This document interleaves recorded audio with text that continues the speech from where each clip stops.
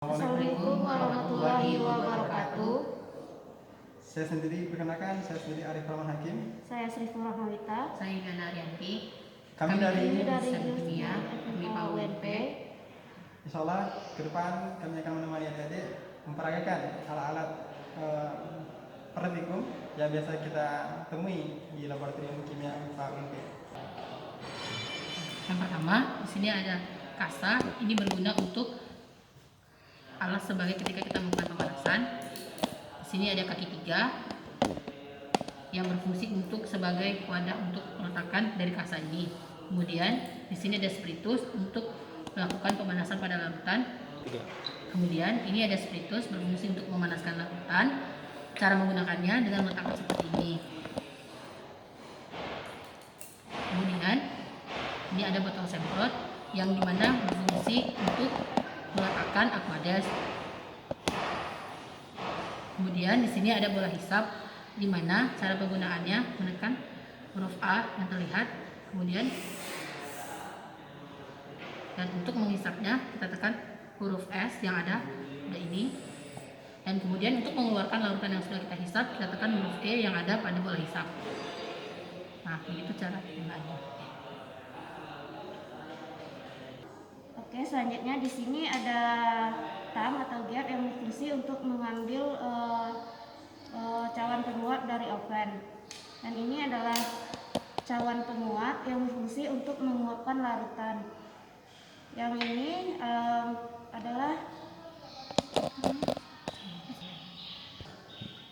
adalah krus porselen yang berguna untuk memanaskan dalam kondisi tinggi dan biasanya digunakan untuk furnace.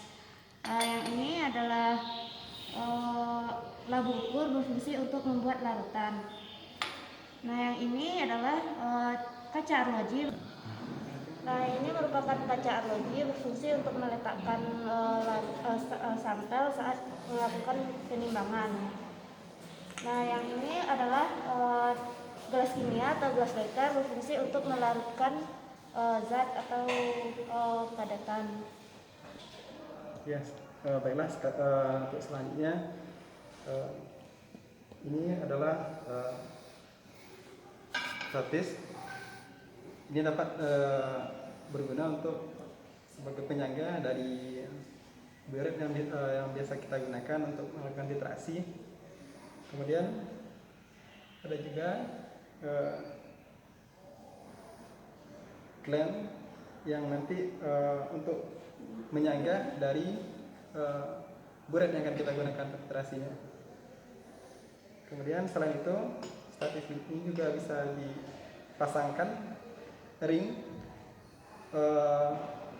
Biasanya di sini untuk penelitian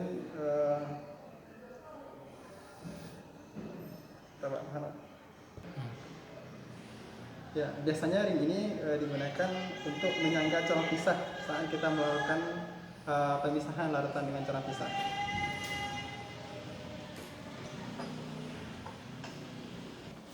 Ya, kemudian selain itu kita juga akan menggunakan Erlenmeyer untuk melakukan titrasi.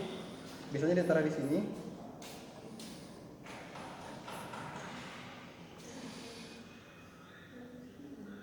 Dan yang terakhir ini adalah buret yang biasanya digunakan sebagai wadah untuk titran yang akan mentitrasi larutan yang ada di dalam Erlenmeyer nantinya.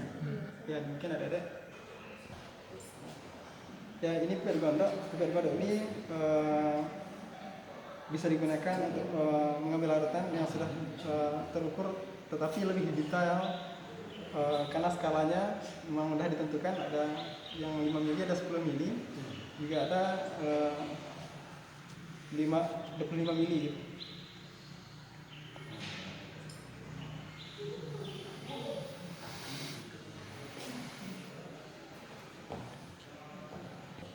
Ya, ini spatula biasanya dapat kita gunakan untuk mengambil kristal yang akan kita buatkan untuk larutan ataupun serbuk untuk membuat reagen.